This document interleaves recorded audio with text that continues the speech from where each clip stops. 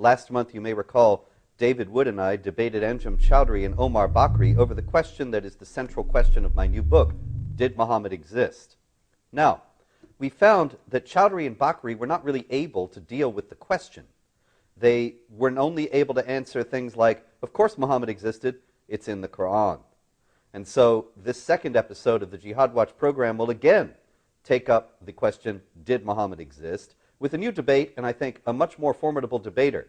And so once again, we have moderating Chris Conway tonight, and he will set up the program. Thank you very much, Robert, and good evening, everyone, to this program, Jihad Watch. We're excited to have you here on this Memorial Day weekend. It is May 28, 2012. I will start off with a couple of bios. Robert, of course, will be one of the debaters tonight. Robert Spencer is the director of Jihad Watch, a program of the David Horowitz Freedom Center, and the author of 12 books, including 2 New York Times bestsellers, The Truth About Muhammad and The Politically Incorrect Guide to Islam and the Crusades. His latest book is Did Muhammad Exist? And an inquiry into Islam's obscure origins. Debating him this evening is David Wood. And David is the host of ABM's live talk show, Jesus or Muhammad. He's been in more than 30 moderated public debates with Muslims, and you can reach David on his blog at answeringmuslims.com. And to start this program, we'll call out to David. David, are you there? David, are you there? I see you, David, but I'm not hearing you. We're wondering if you do you hear me, David? I hear you. All right, excellent. I can hear you too. Okay, great. Well, now that we have that settled, we are going to start this program with a 12-minute opening statement by you, David, and then, of course, following you will be Robert Spencer. We'll start the clock at 12 minutes, and then about 30 seconds before that 12 minutes is up, we'll have a sound that will indicate to you we have 30 seconds to wrap things up. So, David, the program is all you. The topic tonight is, did Muhammad exist? You have 12 minutes. You can start right now.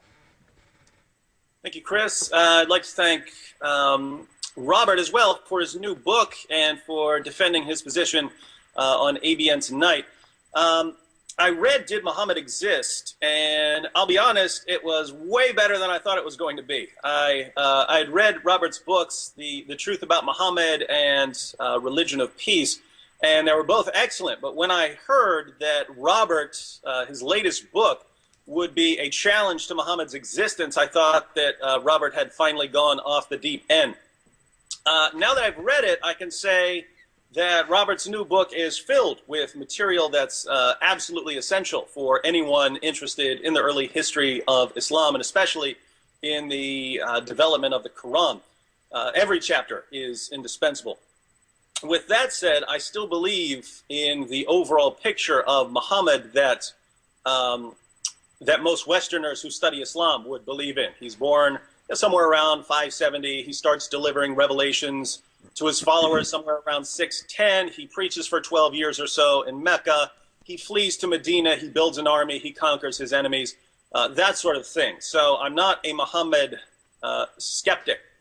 But I can say that Robert did affect my confidence level. If someone had asked me, say, 6 months ago, David, how sure are you that Muhammad existed? I would have said, 99.7% sure that Muhammad existed.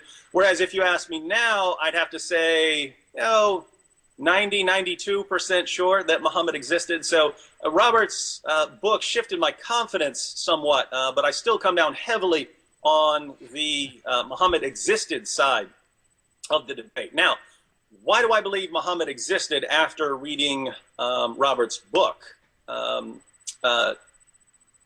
Well, since I just brought it up, in the debate Robert and I had against Anjem Choudhury and Omar Bakri, I said a few words about the historical method, and I'd like to expand on what I said there just a little bit, and then my case for Muhammad's existence will become clear.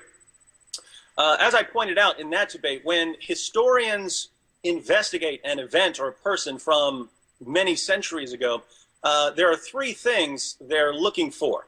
First, historians are looking for early sources that were written soon after the events they report. Sometimes we can gather reliable historical information from writings that come 100 or 200 years after an event, but we'd much rather have sources that were written within the lifetimes of the eyewitnesses. The more time that passes before someone writes down what happened, the more time there is for myths and legends to develop. So in general, the earlier, the better. Second, historians like to have multiple sources. One ancient author telling you that something happened is some evidence, and depending on the author, it might even be good evidence. But it's usually not as good as having several ancient authors telling you about the same event. Having a number of different sources allows you to compare and contrast stories, and this can help you weed out bad information. So all else held equal, the more sources you have, the better. Third, historians want these sources to be independent.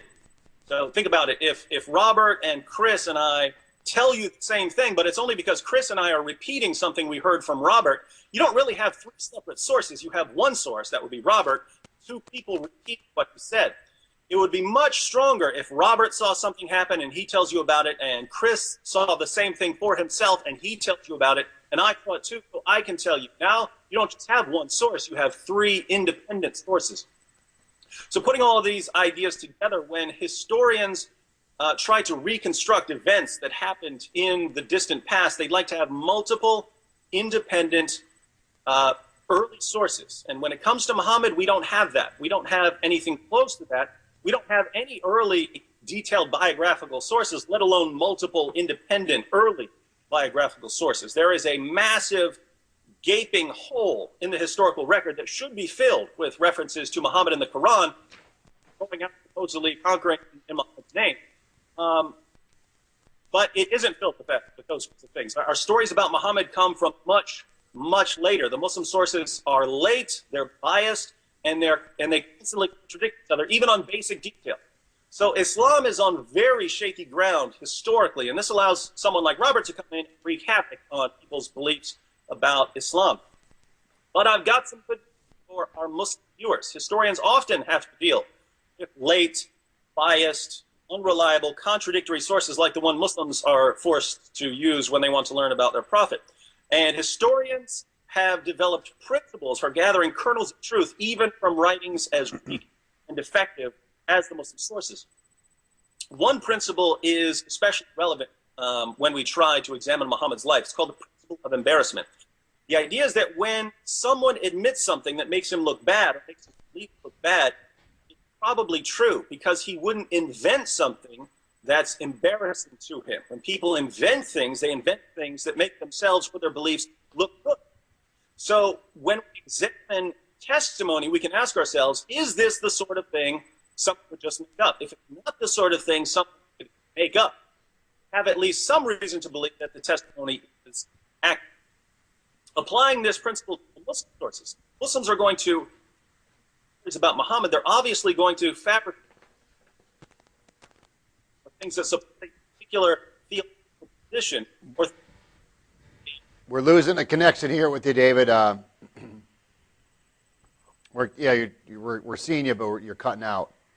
Okay, well, that's got to be on your end, because my Skype connection is... You're good now. You good? Good now. All right, make sure I get like an extra 15 seconds for your technical error.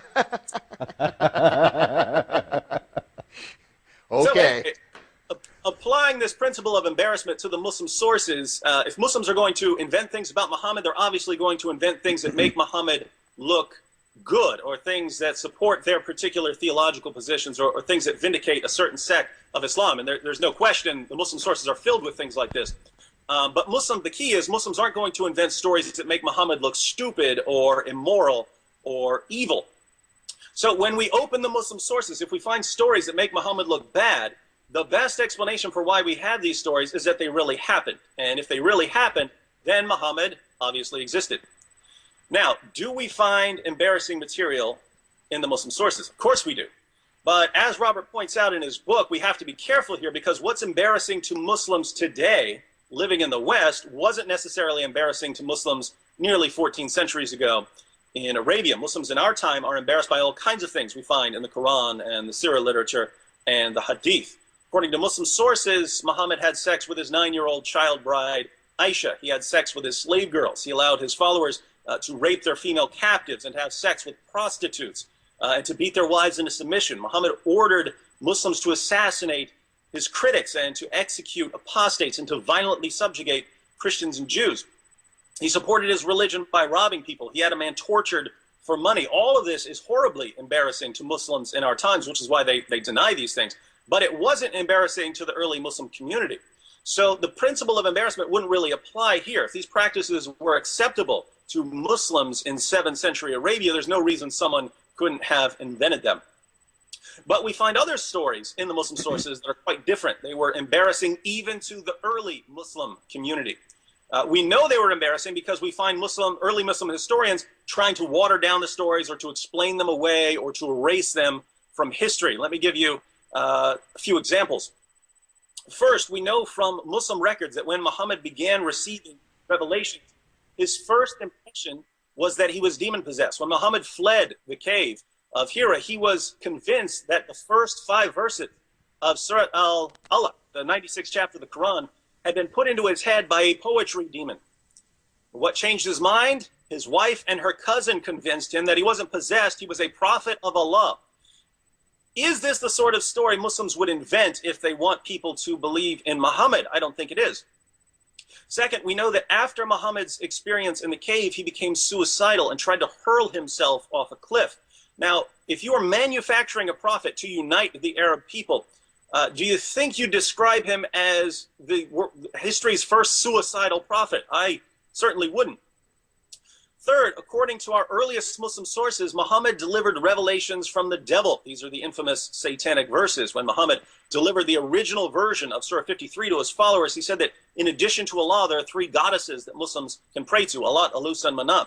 Muhammad delivered these verses to his followers. He bowed down in honor of them, and his followers bowed down with him. But a little later, the Prophet of Islam came back and said that these verses, which he had delivered as part of the Quran, weren't really from God, they were from Satan.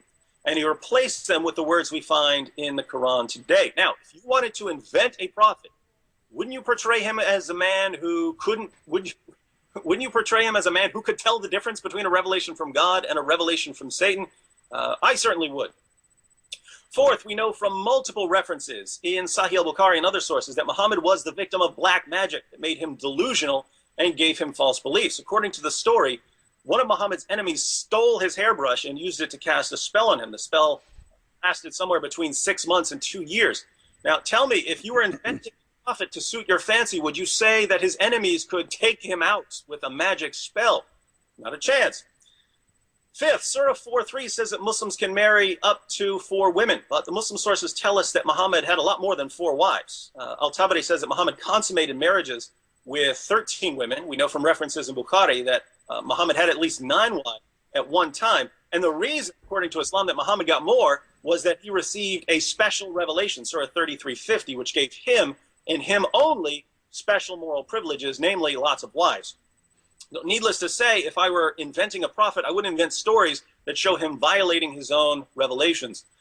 6, we have the Zainab story, where Muhammad marries the divorced wife of his own adopted son after Muhammad was the one that broke up the marriage. And the justification, according to the Muslim sources, is so ridiculous we can't help but think that that Muhammad was coming up with revelations in order to justify his behavior. And finally, according to the Quran, Allah rescued Jesus from people who wanted to kill him. So obviously, if we're inventing Muhammad, we're going to have a similarly miraculous end for Muhammad. But how did Muhammad die, according to the Muslim sources? He was poisoned by a Jewish woman whose family had been slaughtered by Muslims. The poison ate away at Muhammad's internal organs for 2 years before he finally died in total agony. Why would Muslims write in their sources that Muhammad's greatest desire was to die in battle and then turn around and tell us that he died at the hands of a Jewish woman? Now, Robert responds to almost all of these in his... You have about 30 seconds left. Robert responds to most of these in his book, and he tries to explain reasons why people would have invented them. So Robert agrees with the principle of embarrassment. The difference is going to come down to whether his explanations for why these stories would be invented are the best explanation. I would say that the best explanation for why we have these stories about Muhammad is that, like it or not, no matter how embarrassing they are to Muslims, these things happened, and if they happened, then obviously Muhammad existed. Okay. We're good. That includes your 15 seconds with a technical error that we had there. All right. Thank you very much, David. We reset the clock now, and Robert, you have 12 minutes to respond. Thank you, Chris. Thank you, David. I want to reiterate first some of the things that David said at the beginning.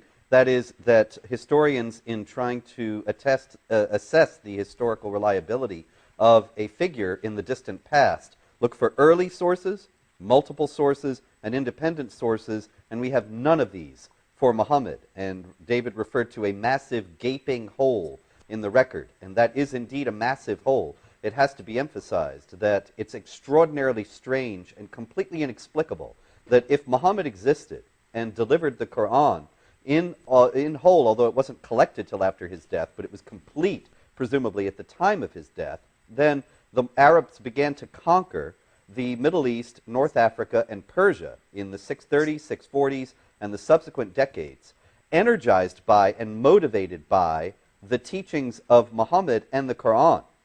And yet they never mention either one in any of their communications. And the people who were conquered, who left abundant records, and they say that the Arabs came and they laid waste, they never call them Muslims, they never say they had a holy book, they never say they had a new prophet, they never say they had a new religion. They call them Ishmaelites, Hagarenes, Saracens, and so on. And they never call them Muslims.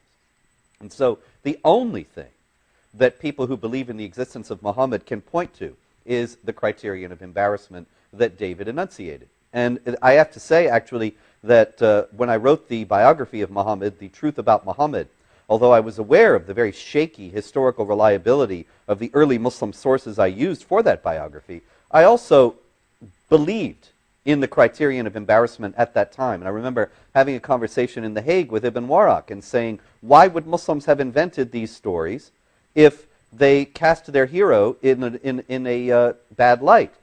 And he, of course, very calmly pointed out something that I had never thought of, that David has already enunciated as well, that what's embarrassing in the 7th century or the 8th century or the 9th century in a very different social and cultural context is not what's embarrassing in the 21st century to Americans or even to Muslims in the Islamic world. And so David lists 7, and I'll go through these. There are explanations for all of them. For example, Muhammad being afraid that he is demon-possessed. Ultimately, it is determined that he is not demon-possessed.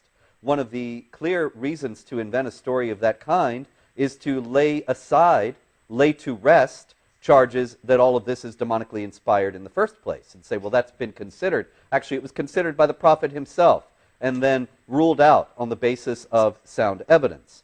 The idea that he was suicidal is also bound up with that he was afraid that he was under the spell of dark forces, and then those dark forces appeared to him and reassured him that they were not dark forces at all, and he was completely reassured and went on to fulfill his mission. The idea of the satanic verses, that he delivered revelations that turned out to be satanically inspired. This is, of course, a persistent embarrassment, and most often you'll find Muslim apologists saying that this event didn't happen at all because they have no explanation for it.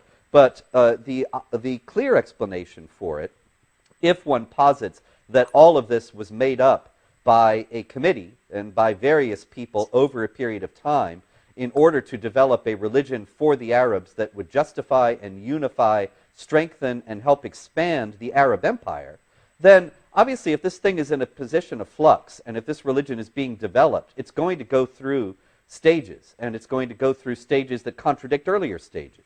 And so there has to be some explanation made of why things were taught that then are not taught. And so it's exactly the same if one believes in the existence of Muhammad and saying that he's a false prophet who changes his teaching to suit the changing situation, and then he has to explain that. It's the exact same explanation in this case, that the Arab leaders, in developing the stories of Muhammad, they had to explain contradictions. And so this is the explanation for it.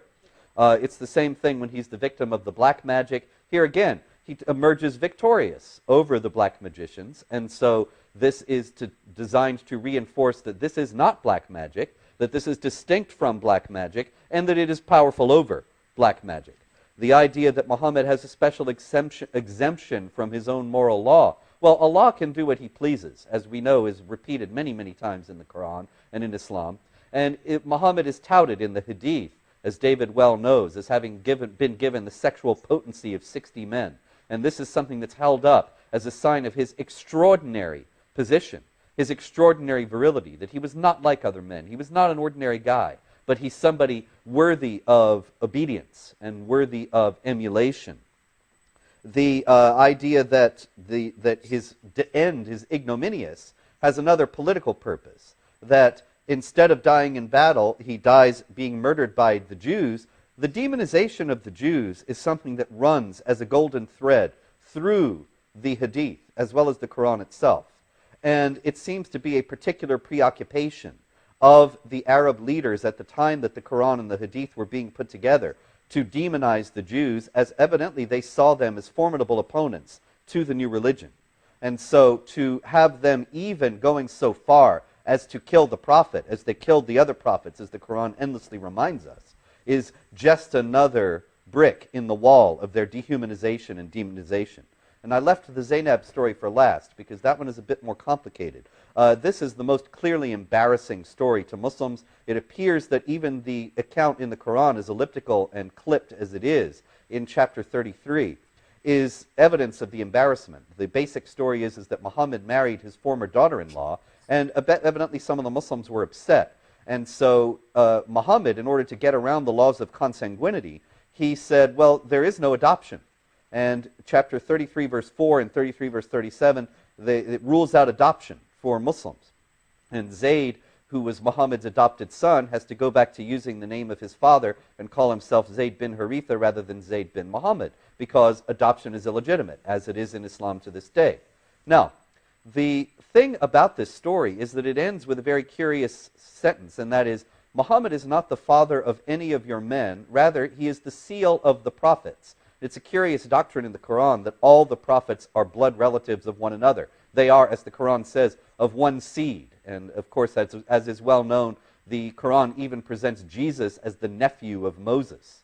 Now, the idea that the prophets all had to be from one bloodline made it clear that if the Arab leaders who were making up Islam had to present Muhammad as the last prophet, to avoid challenges from other prophets who might weaken their empire by becoming the center of a divided loyalty, then they had to make sure that Muhammad would be emphasized as the final prophet, the seal of the prophets, which meant, if all the prophets were of one bloodline, that Muhammad could have no son, either natural or adopted.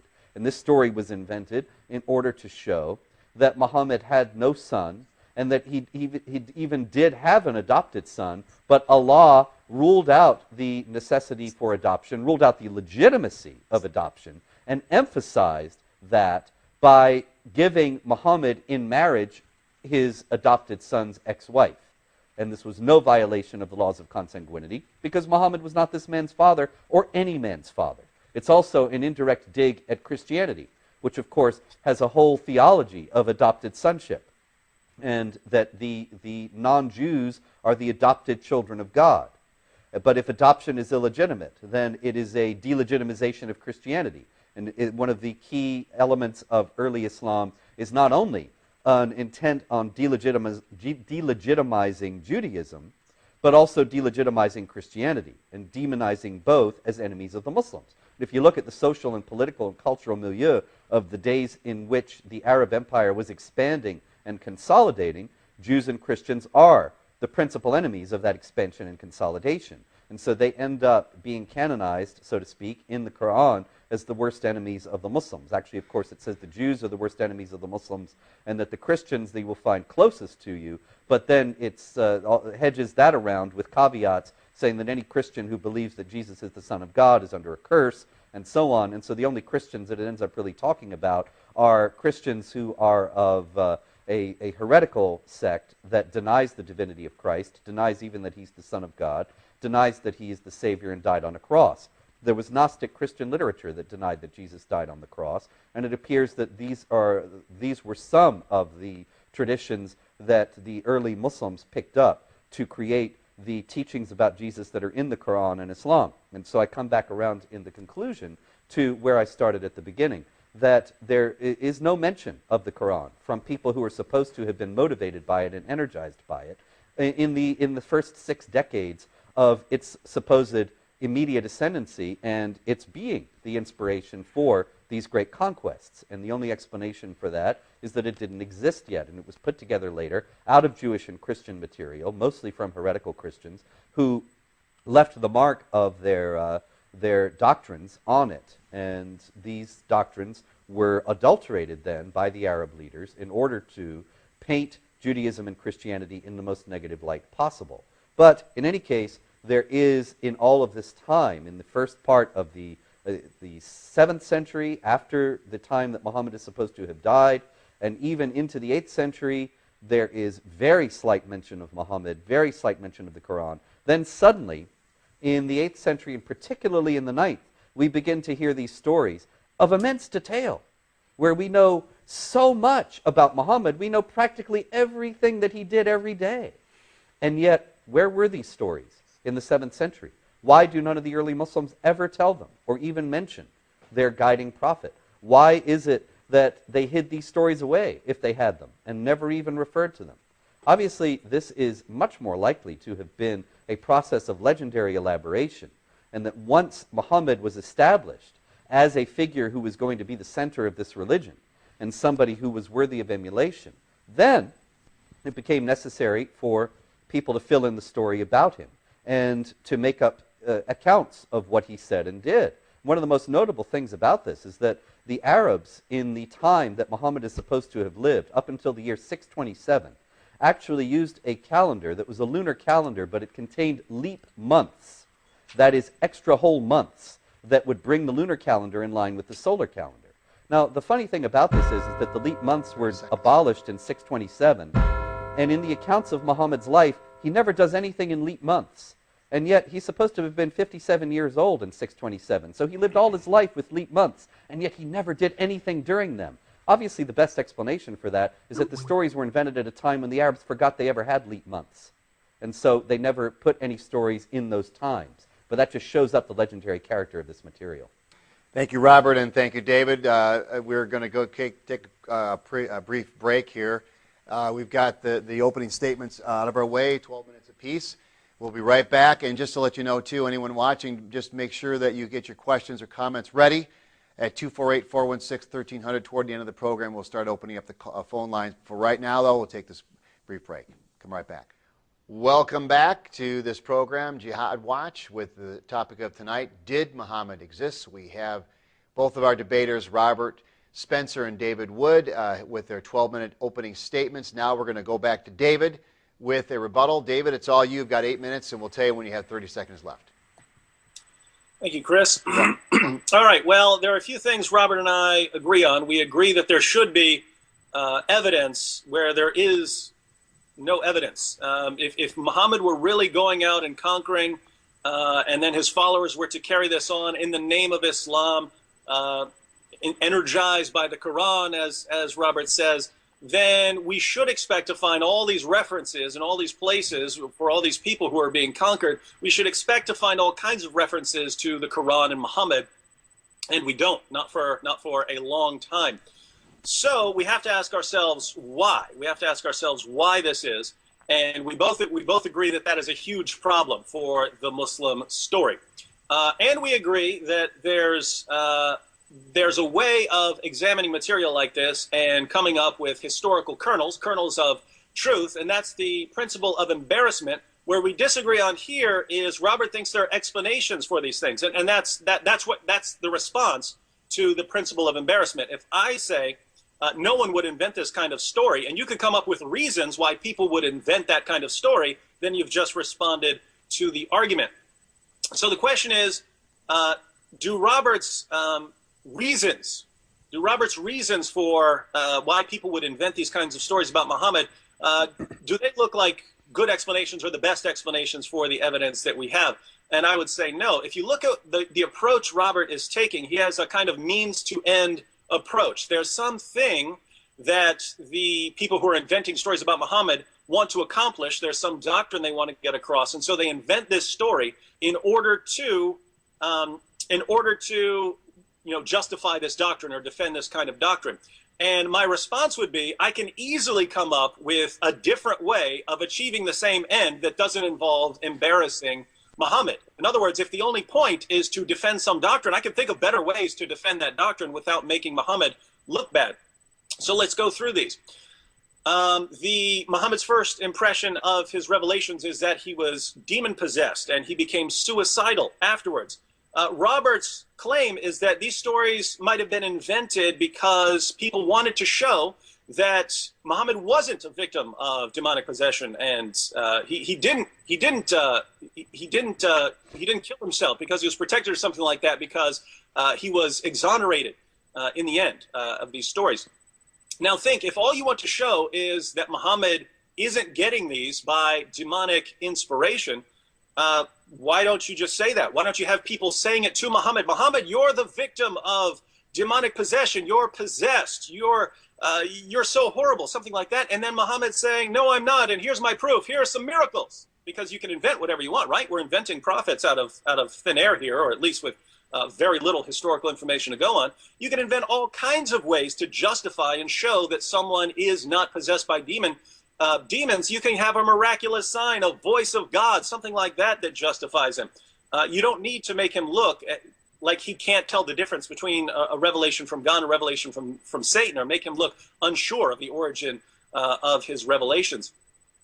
We have the satanic verses, and this for me, this is the most important one, because I have 37 sources that describe variations of the satanic verses story, and there's a clear pattern of development. Namely, in the earliest versions of the story, Muhammad delivers these verses to his followers. He's tricked by Satan. Satan tricks him into delivering these revelations, and then Muhammad comes back later and says, the devil tricked me. Later versions of the story say Muhammad didn't deliver the verses. Satan just imitated Muhammad and sounded like him. So he imitated Muhammad's voice. And so people thought it was Muhammad, but then it wasn't really Muhammad. Still later, people cut out all of that out, and just have the pagans bowing down in honor of this revelation. Well, why were they bowing down? According to the original story, they were bowing down because Muhammad honored their gods. But later, they just had the story about the pagans bowing down, and the context is totally taken out. And so you lose the historical core by the time you get to the great collections of ahadith. So what you have is, obviously the story was very embarrassing even at its earliest stages, because Muslims immediately start trying to water the story down and eventually try to get rid of it altogether. In fact, by the time Ibn Hisham comes up with his recension of Ibn Ishaq, he takes the story out because it was too embarrassing to Muslims. Now the question is, why would someone invent this kind of story if it was obviously so embarrassing? And Robert's explanation was, hey, these things are in a state of flux. Different people are coming up with different things. But I have this kind of idea of what I would call historical momentum. In order for a story to kind of push through several generations, when it's obviously embarrassing to the people, it needs to have a certain amount of momentum. And a person or a group of people coming up with this story one day that's obviously embarrassing to the Muslim, to the community at large, it's not going to have the kind of momentum that's going to push it through several generations and have Muslims trying to explain it away. They're just going to reject it. The only way that it could have that momentum to go through several generations is if the first generation knew that it happened, and that's why they passed it on. And the second generation knew that it happened because their parents told them. And then it's not until you start getting farther and farther away that people can start watering the story down. And so I would say for all of these stories, the only way these stories would keep going is if we had a certain amount of historical momentum that I just don't see happening if someone's sitting around free to invent these stories.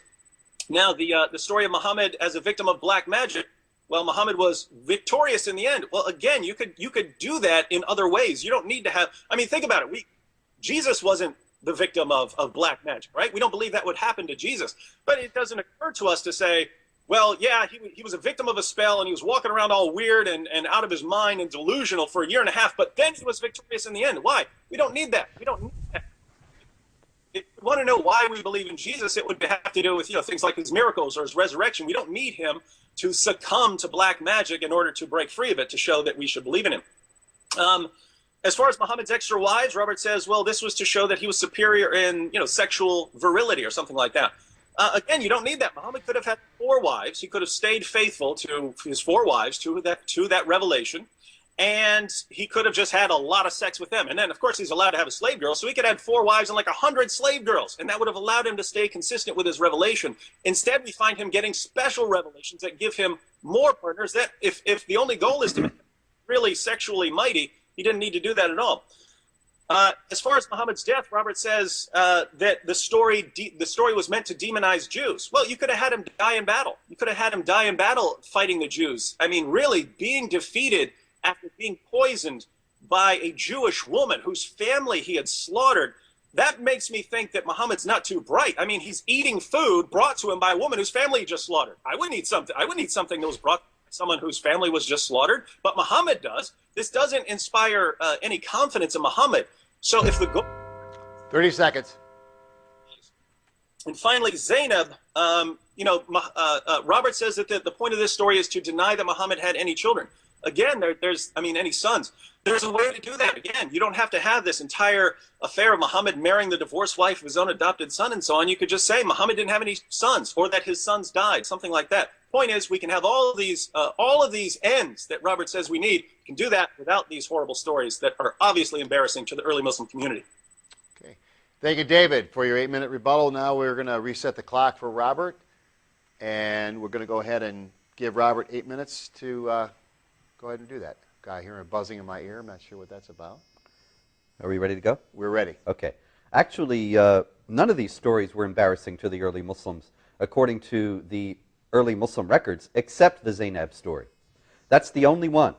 It has to be emphasized that all the others that David has adduced here, the demon possession, the suicidal tendencies, even the satanic verses, the black magic, the special exception for the extra wives, and the poisoning by the Jews, there is no hint in the Islamic traditions. Well, leave aside the satanic verses, that's a special case also. But there's no hint for any of the others that they were embarrassing to the early Muslims. It's just like with the story of Muhammad and Aisha and his consummating the marriage with Aisha when she was 9 and he was 54.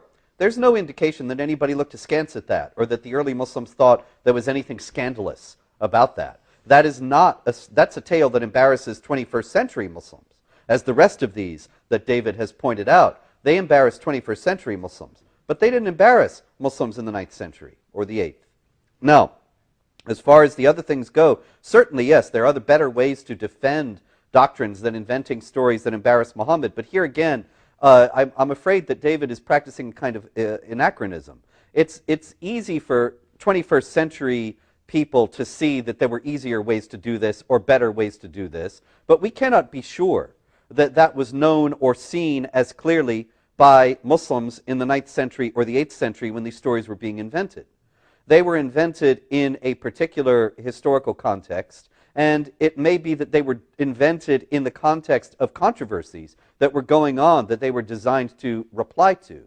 And that being the case, it may be that they were invented in order to serve particular ends that we cannot know today.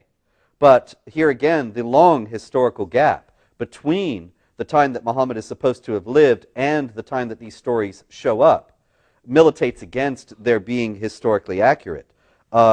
After all, we're talking about, David's point is well taken about there's nothing in the story in the Gospels about Jesus being the victim of black magic. It's made very clear in other ways that he has power over that kind of thing. He doesn't have to walk around under its influence for a year and a half and so on. But here again, when we're talking about Islam, we're talking about a very different cultural context where the existence of jinns is taken for granted. The existence of mischievous spirits who are always interfering with the daily lives of ordinary human beings is taken for granted. And so it's just, I think, a mistake to assume that it would have been so clear to the early Muslims that there were easier ways to establish the points that they wanted to establish. Now, as far as the satanic verses go, clearly, yes, the embarrassment of that story set in rather quickly. And that's why, as David points out, there are these various stages where first Muhammad is inspired by Satan, and then it's Satan imitating Muhammad, and then it's the pagans bowing down about these stories without any context regarding Muhammad or the Quran or Islam. But here again, it's not necessarily established from that the first generation knew that it happened, that Muhammad had done that, and that therefore they had to explain it away somehow. It's also perfectly reasonable to consider that the story was first invented by the Arab leaders in order to paper over various contradictions and changes that they were making in Islamic doctrine as it was developing. But then, once it was out there, they had to explain it away because they realized that they had entangled themselves in a new contradiction by having their wonderful, infallible prophet, who is the perfect model of human behavior, have this inspiration from Satan. And so it was a story, it's like when you tell a lie and then you have to tell another lie to cover it up. They had invented this story in order to explain contradictions in their own material, but then they had to explain away their explanation. And so it might not be that the first generation knew that Muhammad had done it, but that the first generation knew that it had been widely published, and so that had to be explained away. But it doesn't necessarily have any connection to any real Muhammad at all. What we're talking about, after all, is stories that arise in the 9th century, 125, 150, 200 years after Muhammad is supposed to have lived. And so we're talking about stories of which there is no indication whatsoever before that. And let me just give you an example of the reliability of the sources upon which we're relying to talk about all this. Let me give you an account of the raid of Harar from Ibn Ishaq, Muhammad's first biographer, from the middle of the 8th century. And he says this is all he says about the Battle of Harar. Meanwhile, the messenger of God had sent Sa'd ibn Abi Waqqas on campaign with 8 men from among the Muhajirun. He went as far as Harar in the Hijaz, then he returned without having had a clash with the enemy. 50 years later, Al-Waqidi has all this. Then the messenger of God appointed Sa'd ibn Abi Waqqas to the command against Harar, Harar being part of Jufa near Qum, in Dhul Qadda, 18 months after the hijrah of the messenger. Abu Bakr ibn Ismail ibn Muhammad said on the authority of his father, on the authority of Amir ibn Sa'ad, on the authority of his father, the messenger of God said, O Sa'ad, go to Harar, for a caravan belonging to Quraysh will pass through it. So I went out with 20 or 21 men on foot. We would hide during the day and travel at night until we arrived there on the morning of the 5th day. We found that the caravan had passed through the day before. The messenger had enjoined upon us not to go beyond Harar. Had we not done so, I would have tried to catch up with it. How is it that Al-Waqidi knows so much more detail about this story 50 years after Ibn Ishaq? Obviously, it was made up. But it was made up in a cultural context that is so immensely different from the one in which we are operating now, that it would be presumptuous for us to assume that we can know all the reasons why these stories were invented. Here again, the criterion of embarrassment is an important one, but what embarrasses us does not embarrass necessarily the Muslims of the time in which these stories were being developed. And the historical gap between the time when Muhammad is supposed to have lived and the time that these stories arose makes it impossible for these to have been historically accurate. And I guess I still have more time. I think if you would like to speak more, you have more time. Unless you'd like to, we can go right into. David, if you can try to answer that, you're welcome to have more time. We could transition right into, David, the 12-minute portion. Right, we'll call it approximately 12 minutes, just to have a conversation back and forth, a little bit of a crossfire. And David, we'll go ahead and start with you if you want to go ahead and respond to anything that's been just that Robert has just said. Oh, I'd like to respond to several things, but before I blast Robert, I wanted to address something very quickly that's a point that we agree on, and I've seen lots of people, like in comments sections and so on blogs and so on, who don't seem to get this point. We're saying that there should be a lot of evidence, a lot of early evidence for Muhammad if the basic Muslim story is accurate, and people keep reciting this little phrase, absence of evidence is not evidence of absence. In other words, just because you don't have this early evidence doesn't mean nothing was happening there. And that is a valid principle in certain contexts, but this isn't one of them. In other words, it depends on the situation. For instance, if I said, hey, I look around the room, I don't see an elephant, therefore I conclude that there's no elephant here. The reason that would be justified is an elephant is a massive creature. If one were in the room, I would expect to see it. I would have good reason to expect to see it. But if I looked around the room and I said, I don't see any insects, I don't see any bugs, therefore there are no bugs, that wouldn't be a fair inference, because if there were a bug behind a dresser or something like that, or under a chair, I wouldn't expect to see it. So it depends on the situation. And what we're saying about Muhammad is we're not talking about some random individual. We're talking about someone who sent out all these followers who are conquering in his name, who are doing all kinds of things. And since they're spreading all throughout Arabia and into other places, we should have lots of records of this because it was such a massive event, and we don't, and that's a problem. So, Robert, I was wondering what you think of this idea that we're unjustified in saying that there should be this evidence there because absence of evidence is not evidence of absence. Yeah, thank you. That's a very important point. And I can tell you this. If there were no records of any kind from that period, then the people who say absence of evidence is not evidence of absence would have a point. Because we would say, well, we simply don't know what happened at this time, but we have all this Islamic material. We can give it the benefit of the doubt. But actually, we do have an abundance of recorded information from the period in which the early Arabs were conquering. And for example, take Sophronius of Jerusalem. According to the Muslim account, the Patriarch of Jerusalem, Sophronius, he met the Caliph Umar at the gates of Jerusalem and gave him the key to the city after Umar had conquered Jerusalem. This is around 636 or 637, and supposedly 4 or 5 years after Muhammad died. And Umar walked around Jerusalem with Sophronius, but he declined to go inside the Church of the Holy Sepulchre and pray. And this is supposed to be evidence of early Muslim magnanimity, because Umar knew that if he went into the Church of the Holy Sepulchre and prayed, that the Muslims would convert it into a mosque. So out of generosity and respect for the Christians, he didn't go in there and pray. Now, that's a great story. It's a famous story. It also has no historical reliability at all. We first hear that story several hundred years after the events it's supposed to recount. But we have letters and sermons of Sophronius himself that have survived. And in them, he speaks very movingly about how the Saracens, the Ishmaelites, came and laid waste, and how they conquered the area, and how he sees it as God's judgment upon the Christians of his day. But one thing he never says, several things he never says. He never says the Muslims came and conquered. He never calls them Muslims. He shows no awareness that they had a holy book. He shows no awareness that they had a prophet. He shows no awareness that they came with a new religion. This is extraordinary.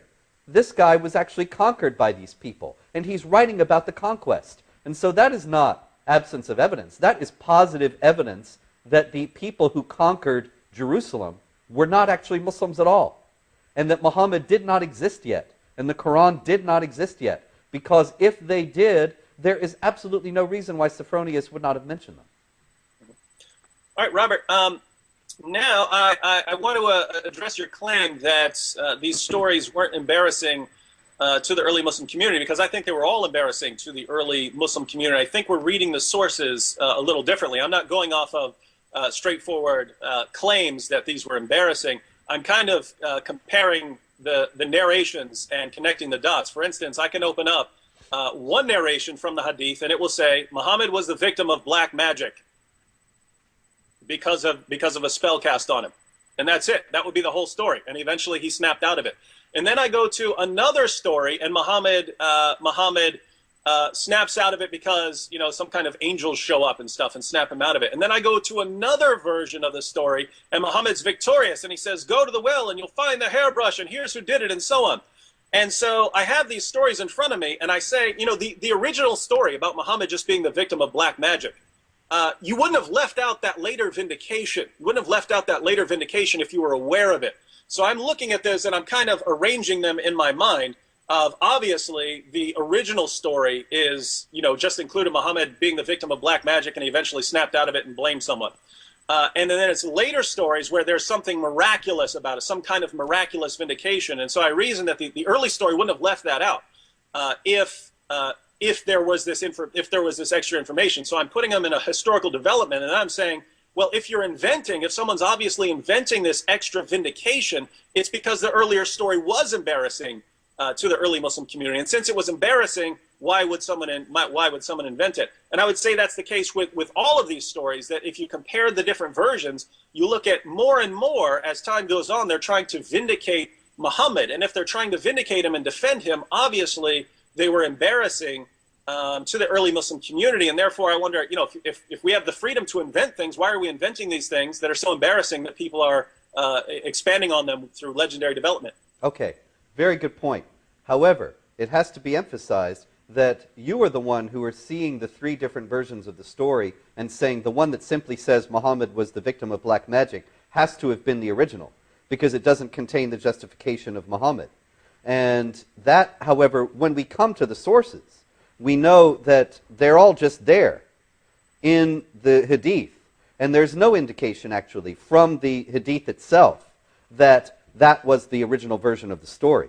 That actually could be the last version of the story. Now, why would that be the last version of the story? Well, there are any number of reasons. It could be a fragment. It could be an abbreviation. It could be something that was put there for some other reason. But the idea that that was necessarily the original version of the story, and that the elaborations justifying Muhammad came later, that is something that you are imposing upon the evidence from without. Because actually we have no way of knowing what the original version of the story was. All of the stories are late. All of the stories come in material that suddenly is part of this sudden proliferation and explosion of material about Muhammad that arises in the 9th century, when actually before that we don't know anything about him at all. It also may be that the figure of Muhammad in the Hadith and in Islamic tradition in general is a composite of several figures, and that material was taken from material about other people who may have done some of the things that Muhammad did, or Muhammad is said to have done, and who may have actually left traces in the memory of the people who are recounting. These things were not invented out of nothing. The Arab leaders, when they invented Islam, beginning in the 690s and stepping up in energy in the 8th century and particularly in the 9th century, they didn't just sit down and make these things up out of their heads. They used existing material. We can see very clearly in the Qur'an that they used existing Jewish and Christian sources primarily. But also in the Hadith, it is very likely that they drew upon accounts of various figures, various heroes, various famous figures among the Arabs, and used them to create Muhammad. And so it's possible that these things, that it might be that that was the original version of the story, but even that wouldn't get you any closer to a historical Muhammad than we already were to start with. All right, now I want to point out a kind of shift in your methodology. When you were initially responding to these embarrassing stories, you were saying, here are clear reasons why someone would invent these stories. And now you're saying of at least some of the points, the embellishment on the story of the black magic and so on, that we just don't know. There could be a reason why things are reversed and not the way they appear in my mind. There could be a reason, and we just don't know it. Well, that goes into me weighing these options. If I sit here and I say, here are various accounts, and I can put them in a certain order, and it makes perfect sense why they would develop in that way. In other words, Muhammad really was not necessarily the victim of black magic. I don't necessarily believe that was true.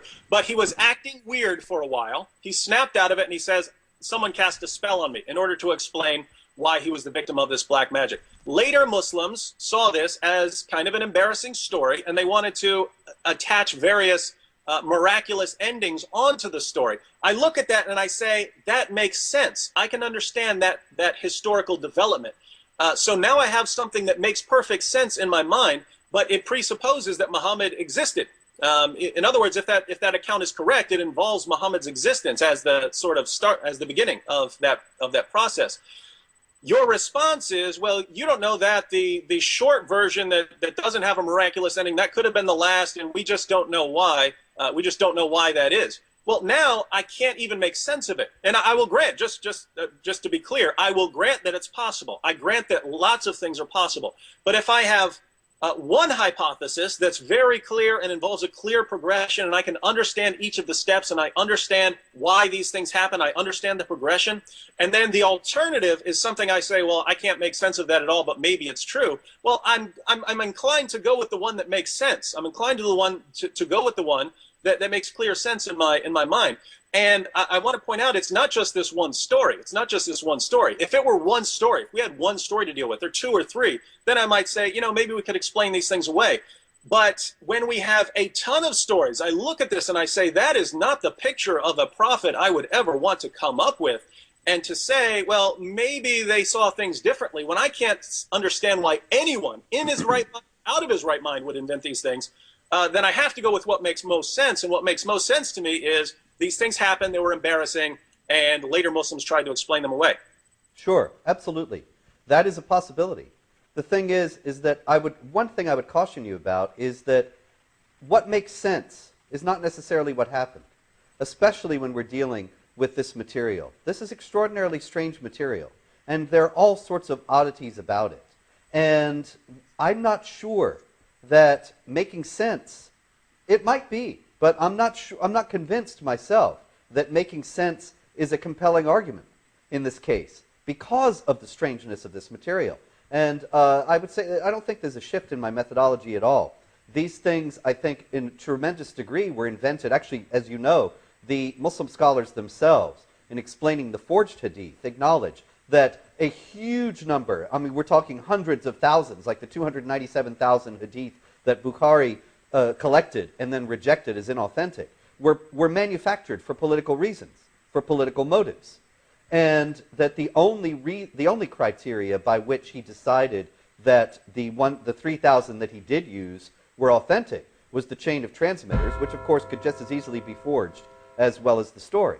And so we're talking about a huge proliferation of material that's acknowledged to have been forged for political reasons. And all I'm saying is we might be able to discern the reasons why various stories were developed in some cases.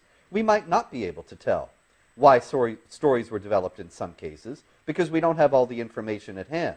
And it may be that some of them refer to historical figures who were used to make up the figure of Muhammad, but the yawning historical gap between the time that Muhammad is supposed to have lived and when these stories first appear make it very unlikely that however embarrassing they may be and however much your reconstruction of events makes sense, it still is very unlikely that they refer to a historical Muhammad, because if they did, then one would expect, as we have discussed, there to have been some mention of this fellow long before we ever hear anything about him.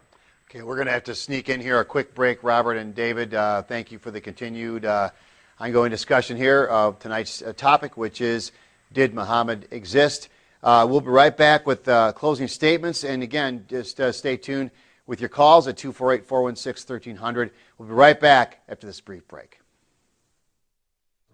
And welcome back. We have the last portion of tonight's program, Jihad Watch. Did Muhammad exist? We're going to throw it to David. David, you've had 5 minutes to make your closing comments right now. All right. Well, we have two hypotheses before us. We have Robert's hypothesis and we have my hypothesis. And each one kind of has something going for it, and each one has a significant problem. So Robert's view is that the Muhammad we're familiar with, not necessarily the Muhammad that Muslims believed in who actually talked to the angel Gabriel, but in general, the sort of Muhammad you'd read about in the Encyclopedia Britannica or something like that, that Muhammad didn't exist. And what Robert has going for him in this case is this big gaping hole where there should be all kinds of evidence about this person, and it's just not there. So we would expect to find evidence. We don't find the evidence. That's a problem for the hypothesis. The problem I see with Robert's hypothesis, as I've said, is that ultimately it requires me to believe that someone was inventing things, and they invented things that I just can't come up with any explanation. Robert says, well, it doesn't have to make sense. It might not make sense. Well, yeah, but I mean, if I'm just going to say, hey, this doesn't make sense, maybe it just doesn't make sense, then I've ceased trying to come up with a good explanation of things. So I'm looking back at these stories and I'm saying, is there any earthly way I can see people inventing these things? So at some point in history, Robert's story requires me to believe that some people somewhere were making a list of things, making a list of stories, writing their stories, and they say, let's say he had sex with a 9-year-old girl. Let's say he allowed his followers to have sex with captives. Let's say he allowed his followers to have sex with prostitutes. Let's say that he enslaved people. Let's say that he tortured people for money. Can I imagine a reason for inventing these stories? And the answer is yes, for those stories. I can imagine, since these were accepted in 7th century and 8th century Arabian culture, I can imagine someone inventing these things. But the list keeps going, my friends. And then I start getting to stories where, wait a minute, why are you telling me that he believed he was demon-possessed? Why are you telling me that he was a victim of black magic? Why are you telling me this guy's standing on a cliff about to jump off? Why are you telling me that he violated his own revelations? Why are you telling me that he married the divorced wife of his own adopted son? Why are you telling me that even though he admittedly wanted to die a martyr's death in battle. He was killed by a Jewish woman whose family he'd slaughtered. Why are you telling me these sorts of things? Why are these part of this story? Why were these added? And I can't come up with an explanation. Robert has offered some possible solutions. There is a possible reason, but when I think about it, I think, hey, I can come up with better ways of achieving that goal if that was the goal. So I am trying to make sense of these things, and I'm looking at the total picture and saying, there is no way anyone would come up with this figure, Muhammad, to unite Arab culture.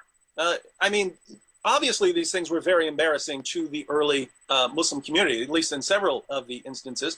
Why would someone invent this when they can invent other things that would make him look very good? And I don't see a clear answer to that. And so I look at the theory, and now I'm looking around for an alternative. What's the alternative to Muhammad not existing? Well, Muhammad existing. And so the question is, can we look at Muhammad and say, yes, he existed, and yes, he did some of the basic things that are attributed to him, and yet can we explain this big gaping hole? Why is there so little evidence? Why is there so few references to the Quran for so long? Why are there so few references to Muhammad for so long? And I think we find the answer in the Muslim sources. We didn't really talk about this, but in the Muslim sources you find that Muhammad, when preaching his original message, wasn't very successful. He won several dozen followers after about 12 years of preaching, several dozen followers. Not exactly a Billy Graham crusade.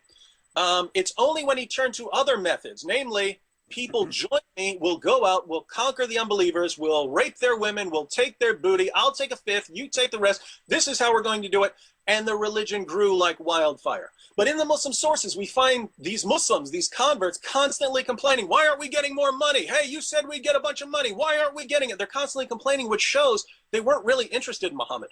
They weren't really interested in Islam. They weren't really interested in the Quran. They were in this to go out and conquer and fight and subjugate people and get lots of stuff for themselves. And so if these are the people really that went out fighting, this army of people who are concerned with war booty, then we wouldn't expect to find lots of information about Muhammad or the Quran because they just didn't care. And it may have taken several generations of people kind of brainwashing their children. Muhammad is the great moral example, and you must talk about him all day long. You must talk about the Quran all day long. It could have been several generations before that mindset set in. And so we're looking at these two hypotheses. I don't think Robert's hypothesis accounts very well for the embarrassing material. It accounts very well for the gaping hole. And the question is, does Muhammad's existence, can we account for this gaping hole? I think we can, just by understanding the Muslim sources, that there was not a lot of emphasis for a lot of people on believing Muhammad. The emphasis was on. So again, we're weighing the hypotheses. One of these hypotheses makes more sense to me than the other, and so I conclude that Muhammad existed, and that would be my case for Muhammad's existence as the best explanation for all the data. Robert and I, at the end of the day, we're working with the same data. It's going to come down to what we place more emphasis on. Do we place more emphasis on having early sources? Do we place more emphasis on the principle of embarrassment? That can affect our answers a little, but we are coming down to different conclusions here. That's my case for why I believe Muhammad existed. Okay, thank you, David. Very good use of your 5 minutes. And at this point, we'll reset the clock for Robert for his formal final conclusion. Then we'll go to our caller. So, Robert, go right ahead. Thank you. The criteria of embarrassment, I have indeed given explanations earlier. I'm not going to repeat them now. For all the stories that David adduces as being so embarrassing as to indicate that they would not have been invented, there are various explanations as to why they would have been invented. And then there are some things that we simply cannot know. David says that, well, it's if something just doesn't make sense, and then I have an explanation that makes sense, I'm obviously going to go with the explanation that makes sense. That's perfectly reasonable. And in ordinary circumstances, that would be exactly what I would advise. But these are not ordinary circumstances. There is a great deal that is absolutely inexplicable about this material. I don't know if you can see this coin, but it is in my book, Did Muhammad Exist? And it is a coin from Syria from the 680s. And on one side, it says Muhammad. And on the other side, it's got a picture of a ruler holding a cross. Now, anybody who knows anything about Islam knows that Muhammad is supposed to have said that Jesus will come back at the end of the world and break all crosses. And the Quran says that they did not slay him or crucify him, but it appeared so unto them. Now, why, if the early Muslims knew that Islam abhors the cross and rejects the cross and is the enemy of the cross, why would they mint coins that said Muhammad and had a cross on them? There's just no explanation for that. We can surmise that the word Muhammad was being used at that time as a title, the praised one, and being applied perhaps to Jesus or perhaps to the ruler depicted, but that it was not clearly the prophet of Islam, or there wouldn't have been a cross. Also, I'm afraid that David, for all his marvelous argumentation tonight, entangled himself in a contradiction right at the end when he said that it may be that the followers of Muhammad were simply interested in conquest and in booty, and so they didn't really care about Muhammad. And so they went out and they conquered and they didn't talk about Muhammad. And that all makes sense. But then later, he said, after having it being drilled into them generation after generation that Muhammad is the excellent exemplar and the perfect model for human behavior, they started talking about Muhammad. Well, wait a minute. If they didn't value Muhammad, then why did they drill it into their children that they had to emulate Muhammad? And if they didn't care about what Muhammad said and did, so much so that they never mentioned him, then why did they save all this incredible proliferation of material about what Muhammad said and did, and yet never give any hint that they actually had it? I think that's far harder to believe than that Muhammad was a figure who was invented in the 8th century and the 9th century. If Muhammad existed, then the people who came out of Arabia and conquered, even if they didn't care about him, we're supposed to believe now that they put away these stories in a trunk somewhere and saved them or memorized them, but never mentioned them and never gave any hint of their existence until much later. That seems to me to be absolutely inexplicable. Why, if they saved them, would they not mention them? And why, if they didn't value them, would they save them? Also, we know that the early caliphs, according to Islamic tradition, Abu Bakr was such a fanatical follower of Muhammad that there was nothing that would shake his faith. And there are many stories about that in the Hadith. Umar and Uthman were second only to Abu Bakr in fanaticism. After that, you get Ali, the son-in-law of Muhammad. You get Muawiyah, who was the son of Abu Sufyan, who was Muhammad's great opponent, who was defeated by Muhammad and then converted to Islam. Muawiyah was raised a Muslim. Why, in all this period, when these people who knew and loved Muhammad were the leaders of the Muslim community, and they were the ones who were supposed to be in charge of the Muslim community, they never mentioned Muhammad? Not only that, we have an inscription on an official building in Gadara from the time of Muawiyah that mentions that it was built during the time of the caliphate of Muawiyah. And yet it's got a cross at the beginning of it. Here again, Islam abhors the cross. If Muhammad had existed and taught that Jesus is going to come back and break all the crosses, and Muawiyah rather, grew up at Muhammad's knee, hearing these stories and revering Muhammad as a prophet, then he's going to go out when he becomes caliph many years later and make a public building that's got a cross on it? It's inexplicable. It's especially inexplicable if Muhammad existed. If Muhammad didn't exist and Islam developed later, then it becomes explicable. And so ultimately, while I think David has made the strongest possible case for Muhammad's existence, I have to, with great respect and with gratitude to him for arguing the case so rationally and also so politely, in sharp contrast to the venomous hatred that we usually get from Muslim debaters instead of reasoned analysis, I have to reject the arguments and maintain that Muhammad did not exist. Okay. Well, Robert, thank you very much. And David, thank you as well. The timing is great because we're right now going to be taking our first caller. And I didn't catch the name, but Ricky from the UK. Ricky, go ahead and give us your question. Who is it directed to?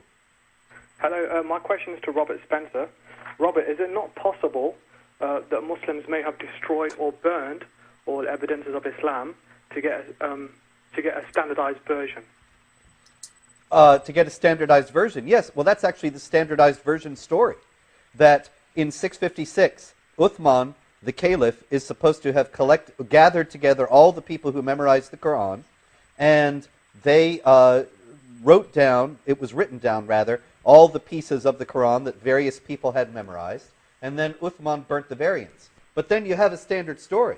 You have a standard Qur'an. Uthman is supposed to have distributed that Qur'an to all the Muslim provinces, And this is in the year 656. And yet, even during the continued conquests after that, there is no mention of the Quran. No mention of the Quran from the Arabs, no mention of the Quran from the people they conquered. The people they conquered never say, and they came with a holy book that they said was the new book of God. And the Arabs never give any hint that they have any holy book. For another 50 years. Only 50 years later do you start hearing about the Quran. And even then it's very curious how you hear about it, because you don't hear about the Quran as such. Various non-Muslim writers start mentioning, only at that time, at the beginning of the 700s, that the Muslims have a holy book, this Quran. But one of them, notably, he says, they say they have a Quran and they have another book, Surah al-Baqarah. Now, Surah al-Baqarah is the second chapter of the Quran, the chapter of the cow. You never refer to a chapter of a book as a separate book, unless it is a separate book, unless the whole thing hadn't been collected together at that time. And yet that's 50 years after it's supposed to have happened. So there is a standard account, but the standard account just simply doesn't hold up historically. Okay, David, would you like to respond at all to that? Yeah, I'd just like to add that, as Robert points out in his book, there were actually, even according to the standard Muslim accounts, if we believe the standard Muslim accounts, there were two stages of let's destroy the earlier evidence and put out our new versions. You had, of course, during the reign of Uthman, gathering the materials together, burning them all, and so on, putting out their standard edition, but also later under the Abdul Malik and Hajjaj ibn Yusuf, doing the same thing again, according to certain Muslim sources. So, I mean, Muslims aren't aware of this, and it's kind of disturbing, given every Muslim you go to has this idea: perfect preservation down to the letter since the beginning, since it was handed to Muhammad. And even if you go to the Muslim sources, that's absolute nonsense. And if you then conclude that these sources are reliable, well, now we're in Robert's position, and we don't have anything to go on with anything in the early Muslim community. Okay. We have Isa online. And Isa, who is your question directed to, and what is your question? It's more of a comment than a question, Chris. Thank you. I'd like to say good evening to Robert, David, and take a few seconds to pay homage to the men and women who died, so we could have a TV show like this on this Memorial Day.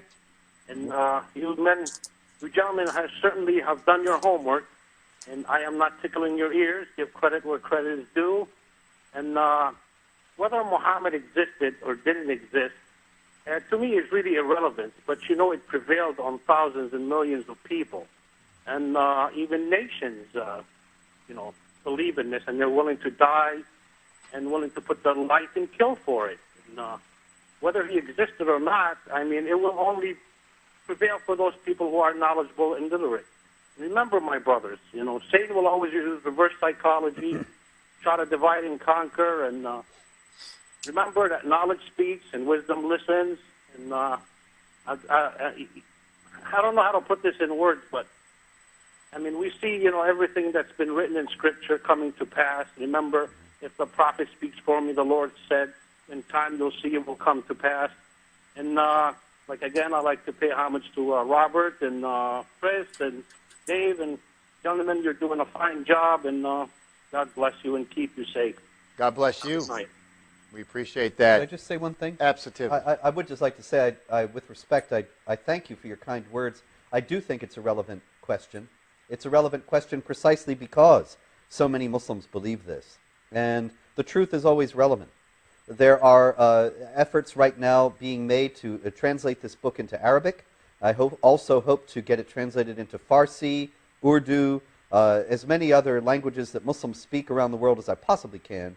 I'm trying to get Muslims to reevaluate this question and to think about it rationally. We saw in the debate last month with Anjem Chowdhury and Omar Bakri that it's very hard to get Muslims to consider this rationally. But if they step back, and I think that human nature is everywhere the same, and one God did create us all, and so it's not impossible that Muslims can consider this issue, and perhaps it would lead them to see that the jihad warfare and subjugation of unbelievers that they are pursuing, that they think that Allah wants them to pursue, is something that maybe they should reevaluate.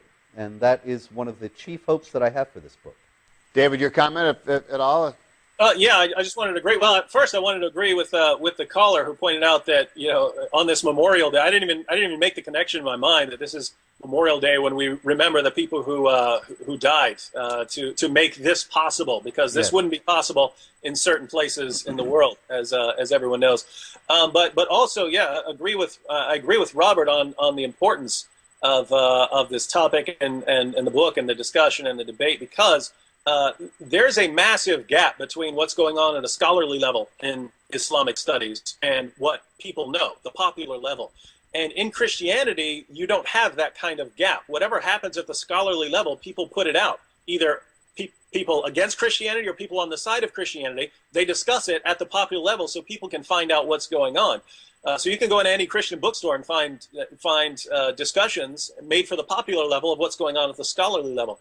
In Islamic studies, there's what's going on at the scholarly level, and it never reaches people. It never gets down to the average person. And if the average person wants to know about it, it's very, very difficult to find out about these things, which is why we discuss these things in debates, and especially someone like Robert puts this material into books so that the discussion can get going, because even though, as Robert pointed out, it is very difficult to have discussions with certain Muslims, I also know for a fact that there are Muslims out there who are interested in the truth, but they've been fed bad information all their lives. And so for those Muslims out there who want to base their decisions on accurate information, we want to make that available to them.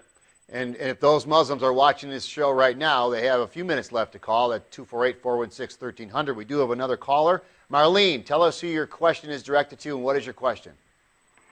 Yes. First, thank you, gentlemen, for all this effort that you're putting on these shows. And my question is for Robert Spencer.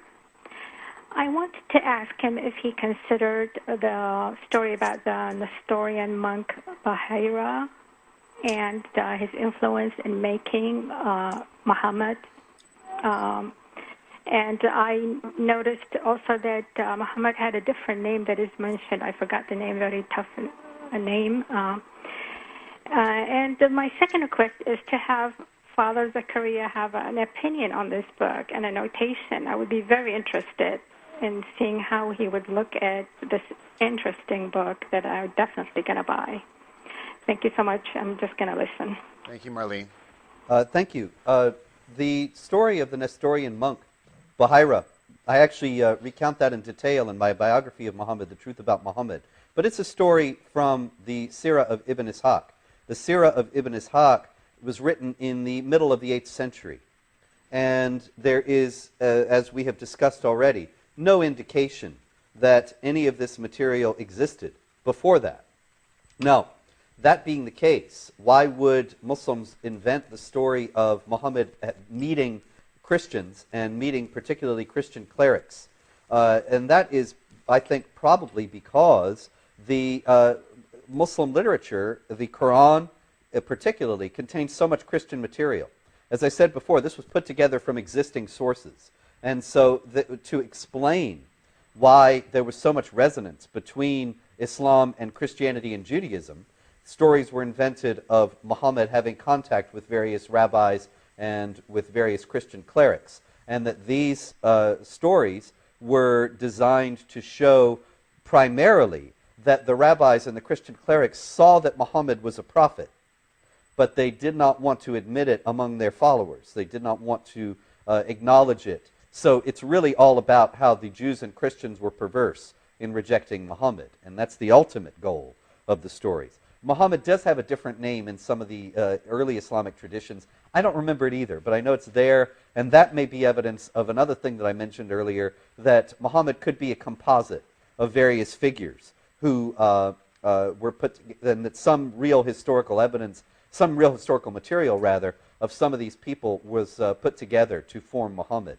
I also wanted to mention, as David had been talking about the scholarly level and the popular level in this, my book is designed to be a popular presentation of work that has been done by several courageous scholars for generations, notably Christoph Luxemburg and some others who are all credited in the book, of course. The Inara group in Europe is doing tremendous work on this, And that has to be mentioned. I would like to call attention to the work of groups like the Anar Group, because as scholars, their material generally stays among scholars and is discussed among scholars. And this book is an attempt to bring these things out into the wider public discourse.